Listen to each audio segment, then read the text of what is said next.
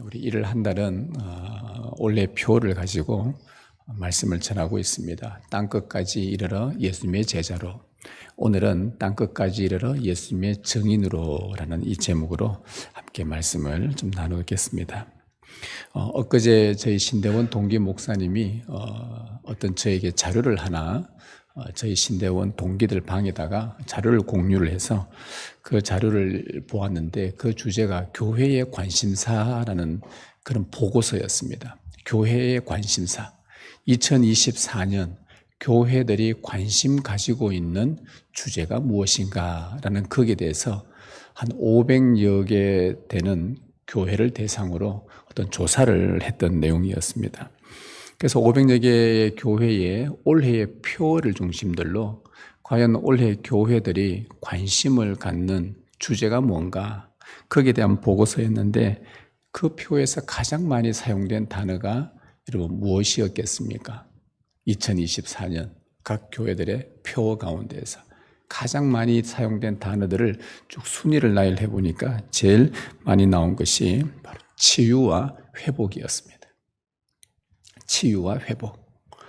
그만큼 올해 교회들이 치유와 회복되는 일에, 교회가 회복되는 이 일에 아마 많은 마음들을 쓰고 있는 것 같습니다. 코로나19 이후로 교회는 이제 이것이 끝나면 이전으로 되돌아갈 수 있지 않을까라고 그렇게 알고 있었는데, 지난 4년간을 돌아보니 참 한국 교회와 세계 교회는 좀처럼 회복되지 않는 교회들을 바라보게 됩니다. 교회 안에 성도들이 많이 지쳐 있는 것을 또 보게 됩니다. 물론 여러 가지 이유들은 있겠지만은 경제적으로, 또 사회적으로, 또 가정적으로, 또 신앙적으로 많이 지쳐 있다는 것을 보게 되고, 또한 교회를 떠나는 청년들, 또 교회를 떠나는 30대, 40대들을 또 지켜보면서 또 점점 사라지는 교회 학교의 어린 아이들을 바라보면서 대부분 목회자와 당회와 성도들의 소망은 한 가지였습니다. 교회의 치유와 회복이었습니다. 교회 회복에 대한 마음이 참 절실했다는 것을 보여주는 그 표들이었습니다. 여러분, 이 교회 회복은 오늘만의 문제만은 아니었습니다. 성경을 읽어보면 저 옛날 구약 시대에도 참 하나님 앞에 소망을 품고 살아갔던 믿음의 사람들은 한결같이 교회의 회복을 외쳤고 교회의 회복을 소망했었습니다. 기원전 586년에 바벨론 군대가 이스라엘을 함락했을 때 3년 5개월 동안 포위를 당했고, 그 속에서 정말 무참히 비참한 그런 생활들을 하다가 결국 나라가 멸망을 당하고 완전히 처참하게 무너졌습니다. 70년 뒤에 하나님의 극적인 은혜로 그들이 잠시 회복은 되지만 그러나 또다시 회복 불능의 상태로 약 400년 동안 침묵 속에 들어가며 무참히 짓밟히는 삶을 이스라엘이 살아왔습니다. 그나마 여러 곳에 흩어진 소수의 남은 자들이 상한 심령으로 하나님께 부르짖었습니다. 언약 백성의 정체성의 회복을 위해 몸부림쳤지만 회복은 좀처럼 일어나지 않았습니다. 하나님이 분명히 그분에게 소망이 있고 희망이 있고 그분을 의지하면 된다고 했는데, 이들이 곳곳에서 정말 신실한 소수의 남은 자들이 주님 앞에 부르짖었으나 회복이 참 일어나지 않았습니다. 그냥 살아있다는 것 자체가 절망이었습니다. 그 강대국들에 의해서 자기 이스라엘을 다스리는 나라들이, 강대국이 계속 바뀌었지 않습니까? 바뀔 때마다 그들의 인권이 유린당하고 처참하게 가족들이 몰살당하고 먹는 것, 입는 것 날마다 염려해야 되고, 그 걱정 속에서 지울 수 없는 상처와 아픔이 막 뼛속까지 새겨진 그 아픔을 갖고 있는 민족이었습니다. 그럼에도 불구하고 소수의 그 신실한 남은 자들이 메시아를 약속하신 하나님 바라보면서 그래도 언젠가 하나님 나라가 회복될 거야, 우리가 회복될 거다. 교회가 회복될 거다. 하나님의 백성이 정체성을 다시 찾을 것이다. 우리가 치유될 것이다. 라는 그런 회복의 꿈을 꾸었습니다.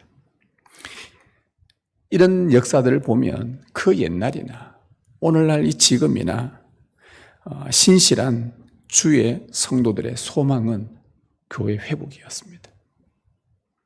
그렇게 회복을 소망하던 중에 예수님께서 이 땅에 오셨습니다.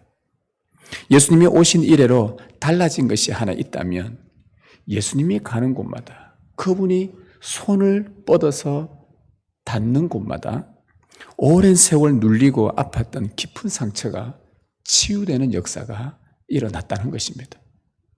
예수님을 인격적으로 만난 자는 어둠과 절망이었던 그들의 인생에 빛이 환하게 비추어집니다. 그 빛이 얼마나 신비하고 오묘했던지 여러분 경험했지 않습니까? 이 예수님을 만난 사람, 이 예수님을 인격적으로 받아들인 사람, 지금도 친밀한 가운데 인격적으로 교제하는 그런 이 빛자로서 이 빛을 받으면 정말 메말랐고 거무칙칙한 그 잎이 갑자기 생기가 돋고 파릇파릇 일어나는, 새롭게 살아나는 그 느낌을 받게 됩니다. 살아나는 경험이죠. 이처럼 예수님께서 이 땅에 오신 목적은 잃어버린 자를 찾아 구원하기 위함입니다. 잃어버린 자들의 회복을 위해서 이 땅에 오셨습니다. 인자가 온 것은 잃어버린 자를 찾아 구원하게 하려 함이라. 이 잃어버린 것과 구원하는 것, 잃어버렸다는 말은 참 아름답고 선해야 될 하나님의 백성이 이리저리 찢기고 세상에 의해 상하고 병들고 깨진 상태가 잃어버린 상태라고 말합니다. 그리고 이 구원이라는 것은 그 상처가 싸매어지고 죄에서부터 구원받고 고침을 받고 회복되는 것이 구원이라는 의미입니다.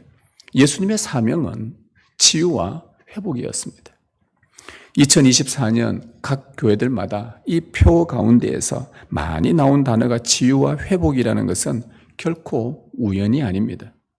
지금 이 시대는 예수님을 통한 전인적 회복, 예수님 안에서 완전한 회복이 절실하다는 그런 것을 우리에게 알려주는 신호가 바로 이 표에서 찾을 수가 있습니다. 그만큼 예수님 안에서 새로워지고 싶다라는 소망을 갖는 것입니다. 여러분, 구약시대 하나님 나라의 회복을 위해 상한 심령으로 부르짖었던 그 소수의 남은 자들의 외침과 강구와 소망을 우리가 기억한다면 오늘 이 시대에 교회 회복을 위해서 상한 심령으로 하나님께 부르짖는 신실한 주의 백성들이 많이 일어나야 하겠습니다. 교회의 회복이 곧 우리의 회복이기 때문입니다. 교회의 회복이 우리 가정의 회복입니다. 교회 회복이 하나님 나라의 확장입니다. 신매교회가 아무리 이 시대가 절망 중에 있더라도 소망을 잃지 않고 치유와 회복을 가져다 줄 주 예수 그리스도를 바라보기를 진심으로 기원합니다. 예수님의 제자들도 이 회복에 무척이나 관심이 있었습니다. 왜냐하면 지금 자기들은 로마 제국 아래에서 여전히 핍박받고 있는 상태지만 그 앞선 아버지 세대, 그 앞선 할아버지 세대, 그들의 선조 세대, 거의 한 500여 년 동안 계속해서 민족의 고난과 아픔을 전해 들었고 자신들도 지금 그 아픔을 겪고 있는 중이어서 언제쯤 우리 민족이 이 이스라엘이 회복될 것인가, 여기에 무척이나 관심이 많았습니다. 언제쯤 회복될까? 언제쯤 괜찮아질까? 우리나라는, 우리 집은, 우리 가정은, 우리의 자녀들 언제쯤이면 좀 괜찮아질까? 이것이 그들의 관심사였고, 그래서 예수님께 질문을 던진 겁니다. 6절에 보면 그들이 모였을 때 예수께 여쭈어 이르되 주께서 이스라엘 나라를 회복하심이 이때니까. 이들의 관심이 확 드러나지 않습니까? 주님, 이제 주님 회복할 때가 온 거 아닙니까?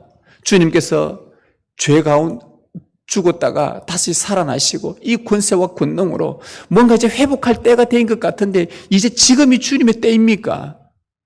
우리 이스라엘이 곧 회복되겠습니까? 우리 민족이 잘 될 것 같습니까? 지금 이때입니까? 때에 대해서 질문을 했습니다. 그때에 예수님은 회복의 때에 대해서는 말씀을 전혀 하지 않으시고 뭐라고 하셨냐? 오히려 예수님의 증인이 되라. 이 말만 하셨습니다.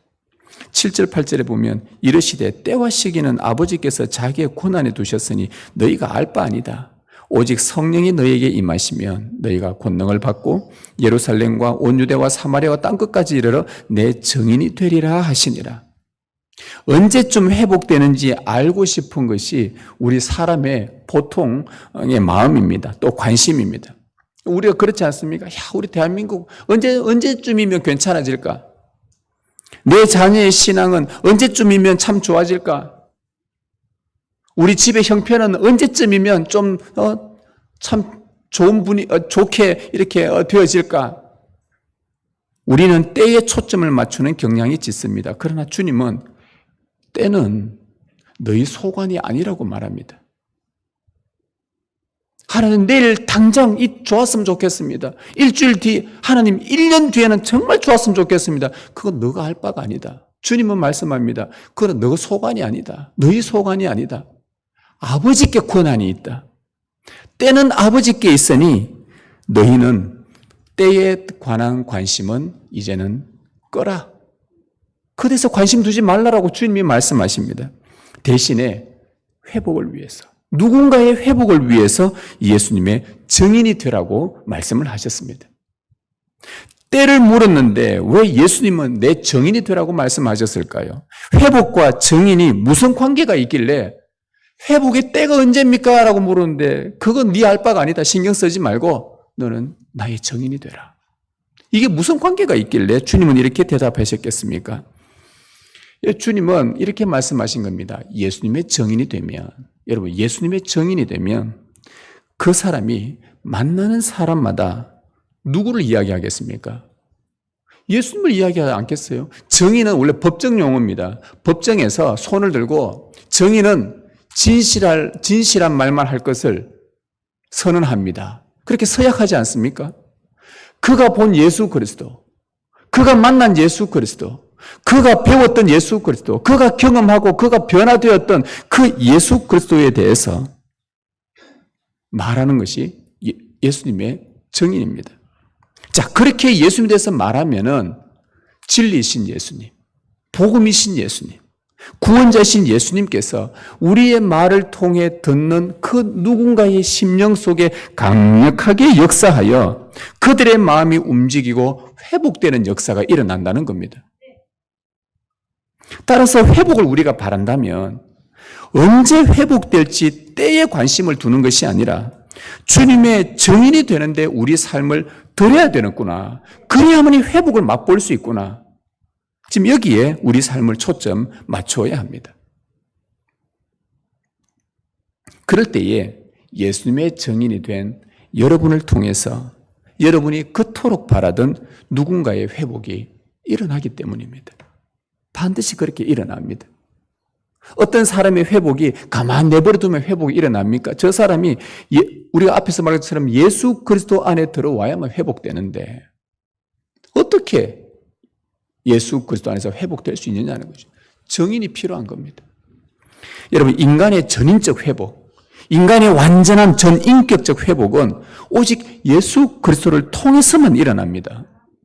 사람을 개조하는 세상에 여러 프로그램들이 있습니다. 많이 나와 있습니다. 각 전문가들이 각자의 분야에서 사람이 바뀌고 사람의 삶이 변화되고 사람이 새로워지고 하는 많은 프로그램들이 소개되지만 그러나 그런 것들은 약간의 도움은 줍니다. 그러나 인간의 전인적 회복은 일으키지 못합니다. 왜냐하면 인간의 전인적인 회복은, 완전한 회복은 그 사람에 대해서 완벽하게 알아야만 치료책을 줄 수가 있는 겁니다. 해결책을 줄 수가 있어요. 우리가 어떤 사람을 병원에서든 어떤 상담이든 심리적으로 접근을 해서 그 사람을 회복시키려고 하는데 그 사람이 이따만큼에 대한 그 사람이 한 이 정도 된다고 칩시다. 그런데 우리가 이 사람에 대해서 요만큼의 정보를 가지고 이 사람을 어떻게 회복시킬 수 있겠어요? 이 사람을 약 요만큼만 회복시키겠죠. 완전한 회복, 전인적인 회복을 시키려고 하면 그 사람에 대해서 완벽하게 다 알아야만이 가능한 일이 아니겠습니까? 그러면 누가 인간을 완벽하게 알아서 완벽한 전인적 치료와 회복과 역사를 가져다 줄 수 있냐 이 말이죠.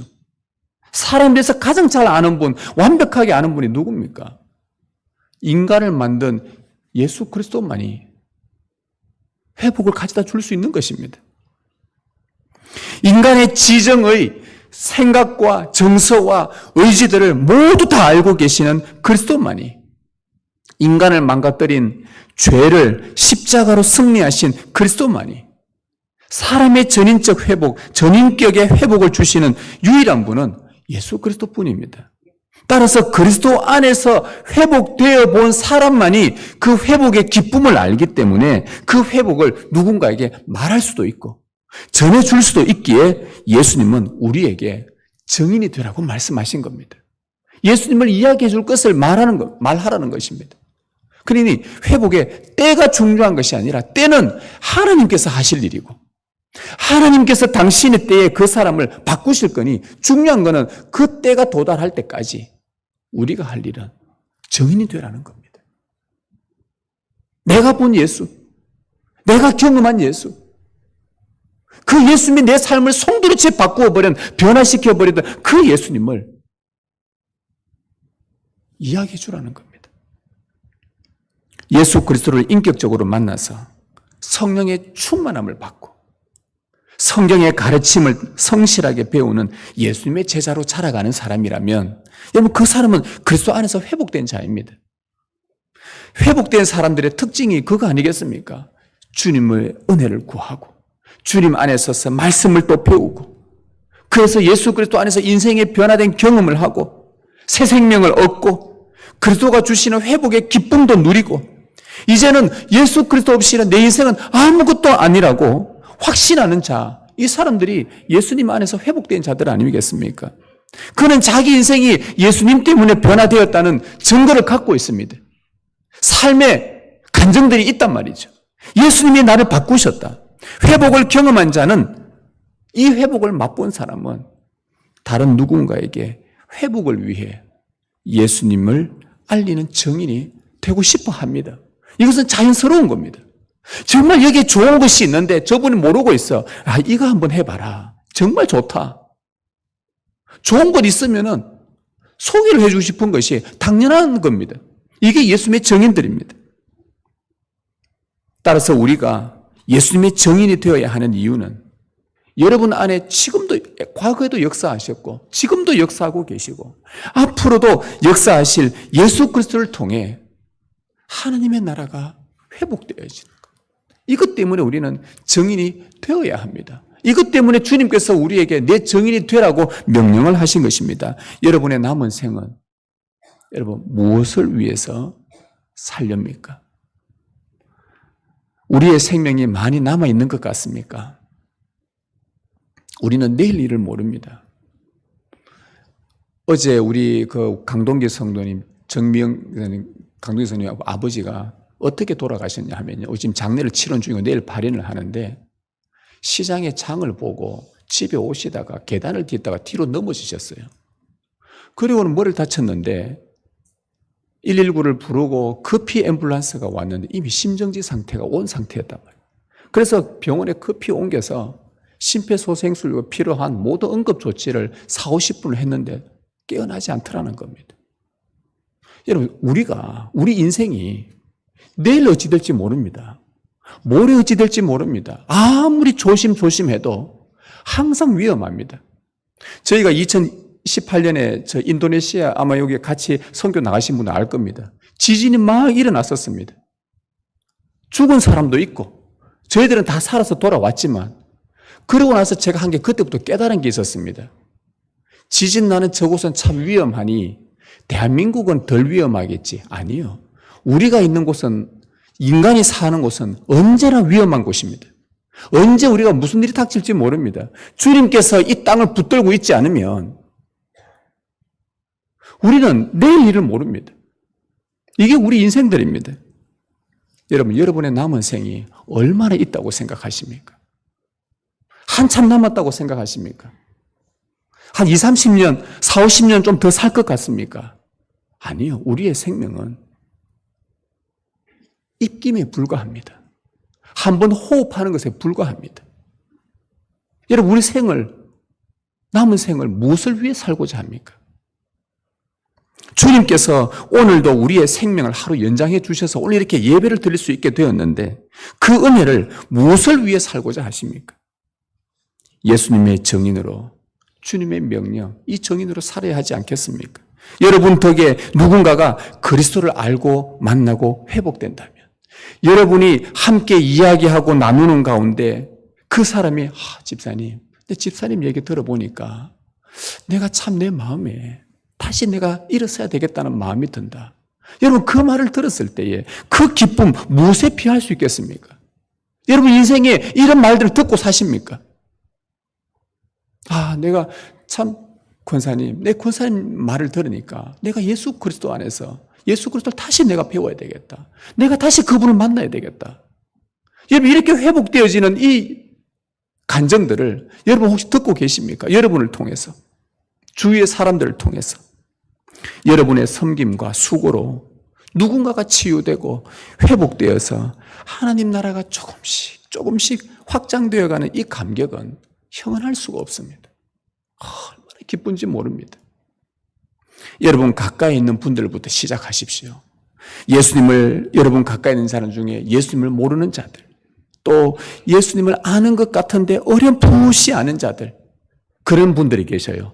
성경 연구, 성경 배우는 거 이런 거 잘 안 하고 어디 유튜브나 이런 거 영상들만 자꾸 봐서 자기들이 알고 있는 하나님을 막 해가지고 오늘 저한테 그런 이야기를 해요. 우리 교회는 아니지만 제가 아는 여기 몇몇 드는 교회 목사님 통해 들은 이야기인데 그분들이 제가 카페를 가니까 그 카페에 그 직원이 교회 다니는 분이셨어요. 목사님, 제가 유튜브에 보니까 하나님 막 설명을 해요. 교회 안에서 11조 어떻고 뭐도 막 하는데 이거 맞는 거 아닙니까?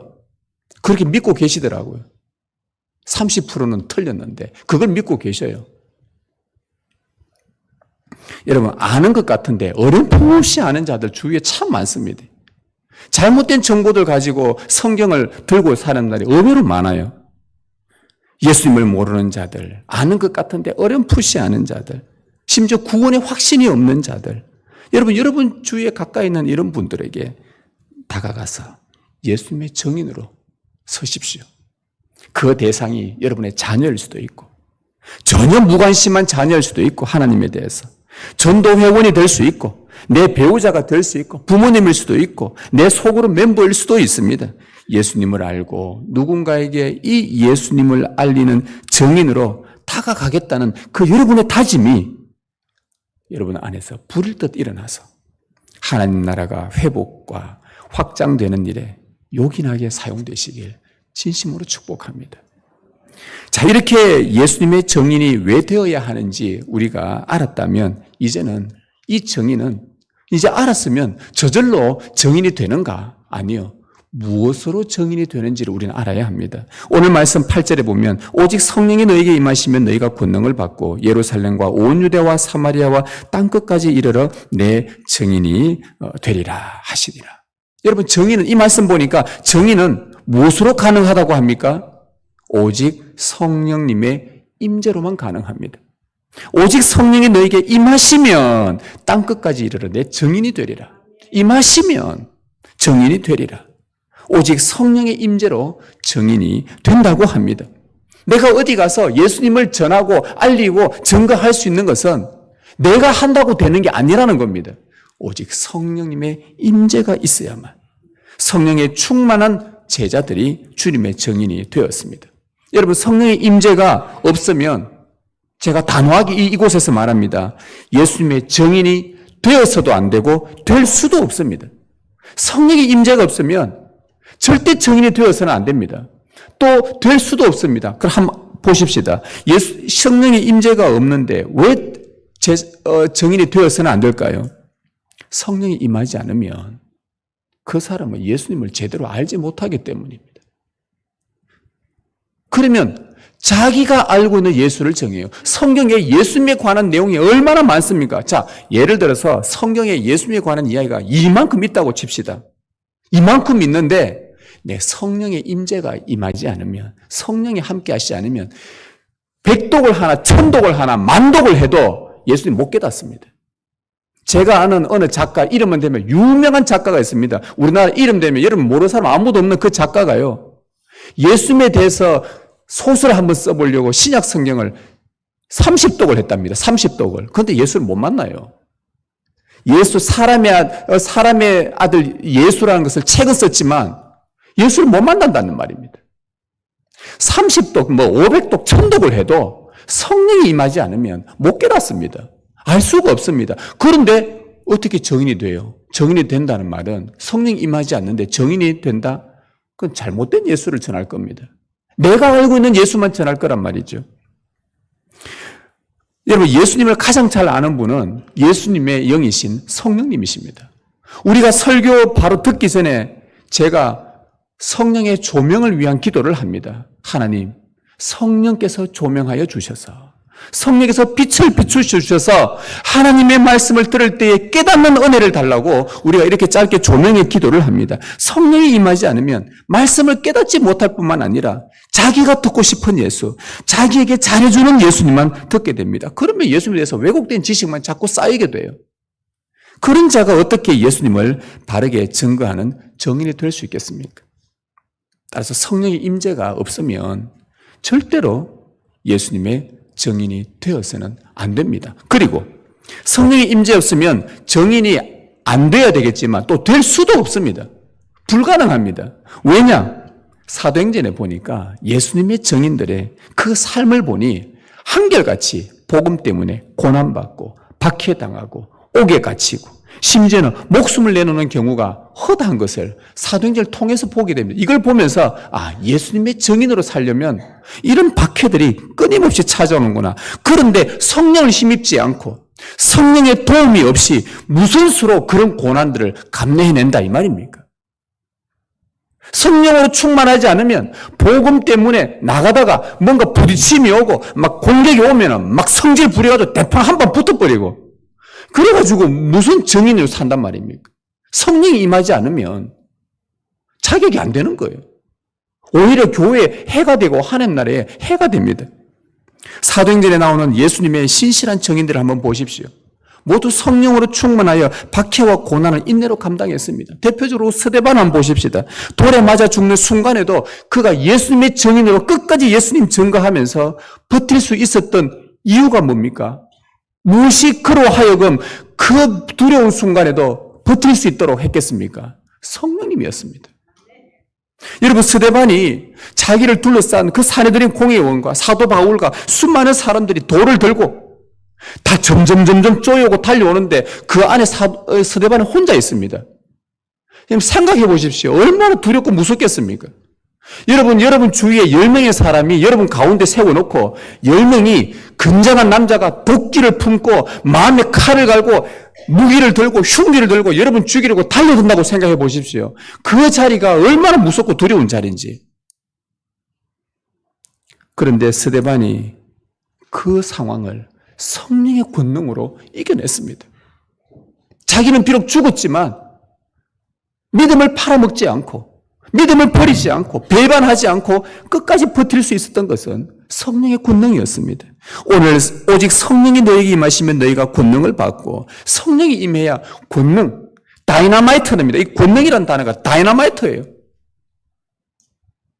그 권능으로 예루살렘과 유대와 사마리아 땅끝까지 예루살렘에서 일어나는 고난, 유대 땅에서 갔는데 거기서 또 찾아오는 박해, 사마리아 땅으로 나갔는데 거기서 또 찾아오는 어려움들, 시련들, 땅끝까지 나아가는데 또 찾아오는 힘든 일들, 그 모든 고난과 역경을 성령의 권능으로 이겨낼 수 있었습니다. 여러분, 무엇으로 예수님의 정인이 되어야 하고 우리가 예수님의 정인이 될 수 있습니까? 오직 성령의 임재입니다. 내 지식으로 정인이 될 수 있을 것 같습니까?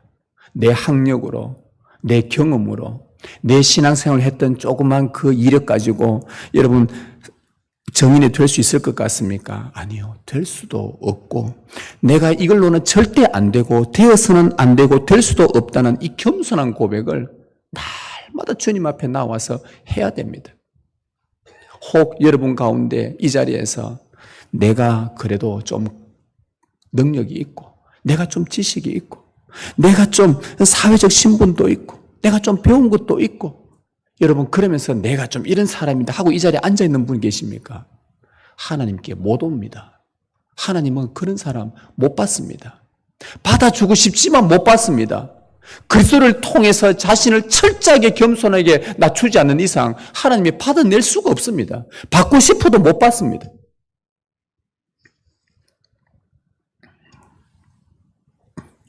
그래서 우리는 날마다 겸손한 고백을 드리고 성령을 구하고 또 구하고 성령을 기다리고 권능을 받아야 합니다. 그래야만 예수님을 바르게 배우고 바르게 알고 경험하게 될 것이고 어떤 고난과 박해에도 예수님을 증거할 수 있습니다. 사도행전의 신실한 증인들은 성령님의 지시가 없이는 단 한 걸음도 전진하지 않았습니다.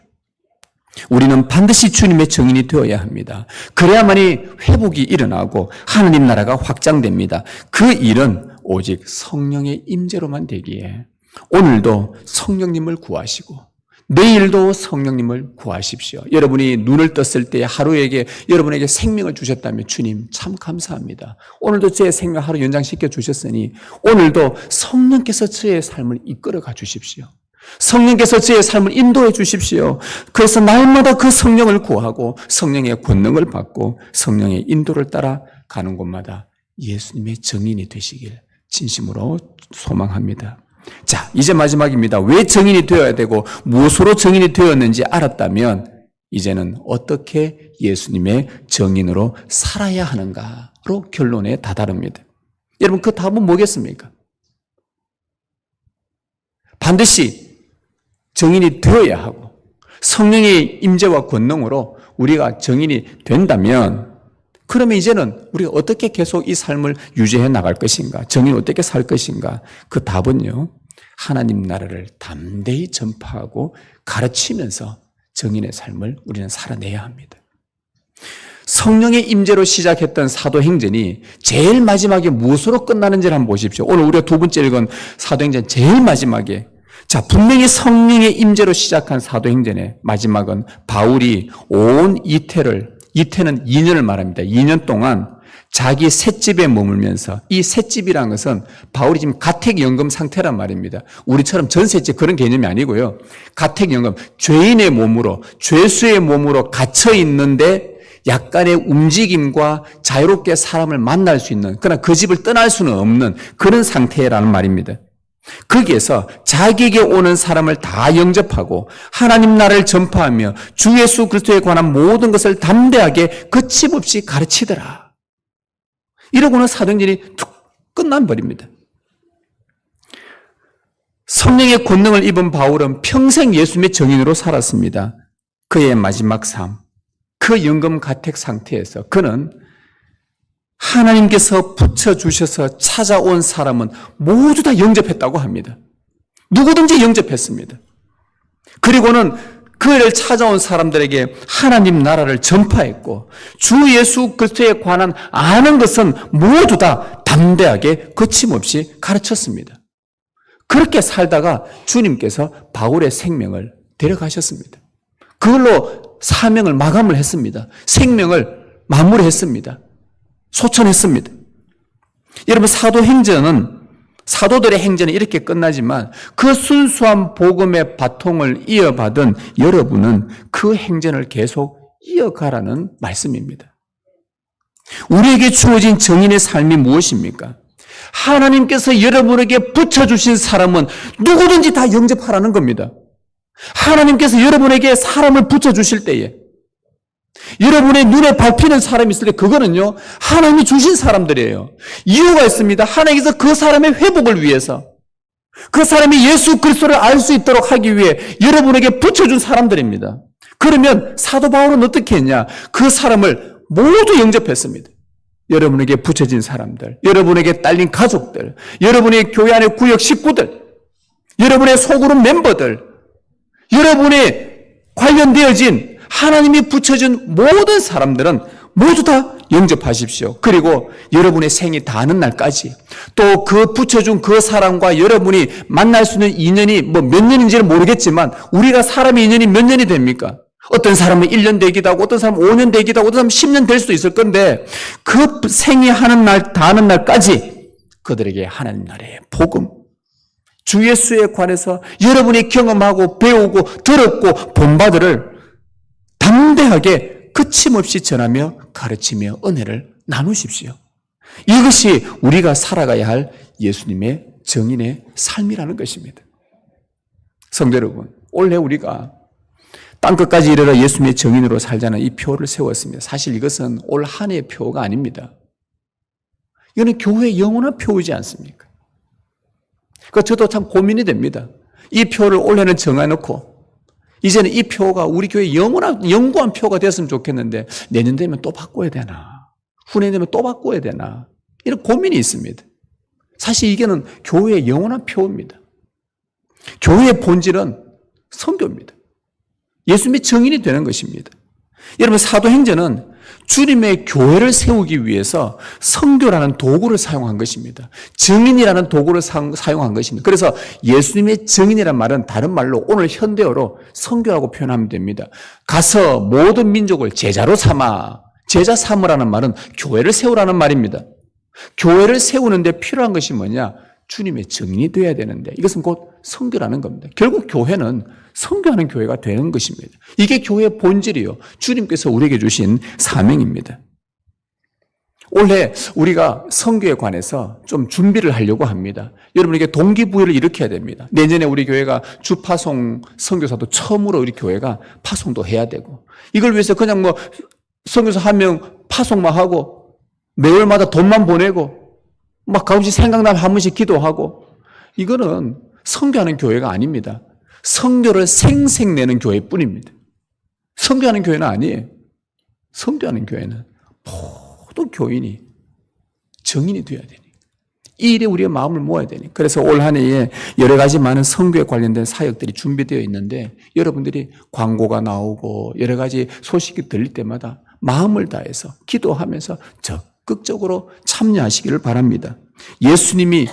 여러분이 예수님을 믿는 자라고 한다면 예수님의 제자라면 땅끝까지 정인으로 살 것을 여러분 다짐하십시다. 그 다짐은 하나님 나라의 복음을 전하고 가르치고 나누는 일에 여러분의 심장을 막 뛰게 할 것입니다. 여러분 주님의 정인이 된다는 것 정말 가슴 뛸 일이 아닙니까? 여러분을 통해 치유와 회복의 역사를 일으키고 싶어 하시는 하나님의 마음입니다.